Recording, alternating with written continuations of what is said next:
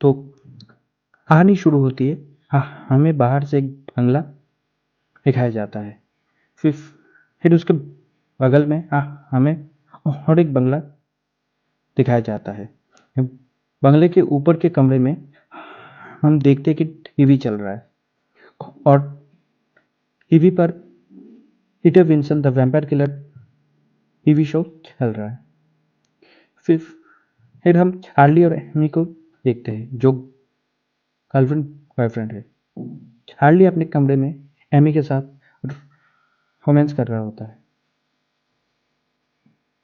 अभी चार्ली अपने कमरे की खिड़की से देखता है कि वो लोग एक कॉफिन को ढकल लेकर जा रहे हैं।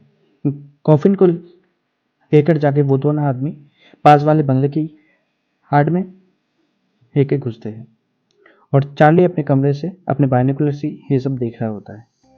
चार्ली उन दोनों को देखने में बिजी हो जाता है और एमी गुस्से में चार्ली के कमरे से निकल के नीचे आती है जाने के लिए।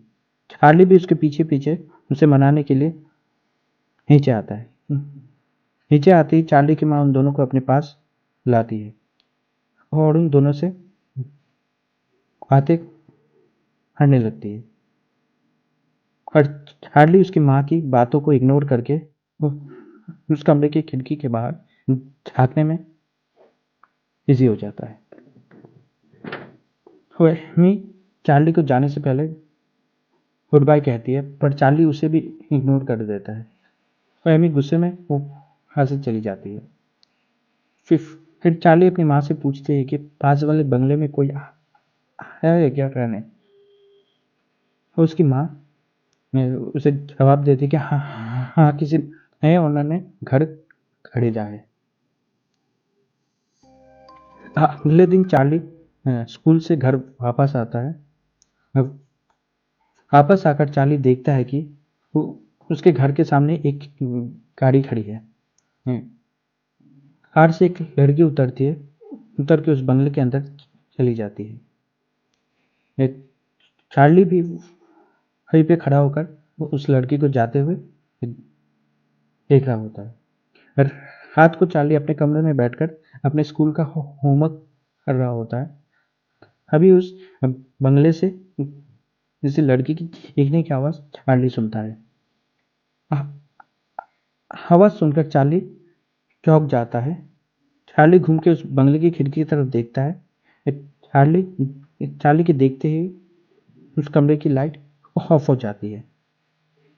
चार्ली समझ जाता है कि उस बंगले में कुछ तो गड़बड़ है। अगले दिन सुबह चार्ली कॉलेज में उसी बात को लेकर सोच रहा होता है। अभी एमी उसके पास आती है उसे बात करने। वो दोनों बात कर रहे होते। अभी चार्ली की नज़र टीवी पे चल रही न्यूज़ पे पड़ती है।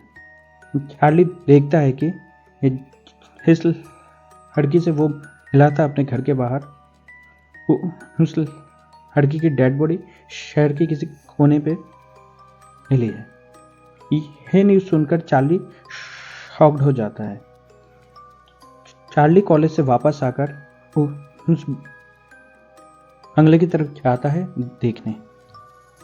अभी हम देखते हैं कि अब बंगले के अंदर कोई खिड़की के ग्लास को काले रंग से पेंट कर रहा है।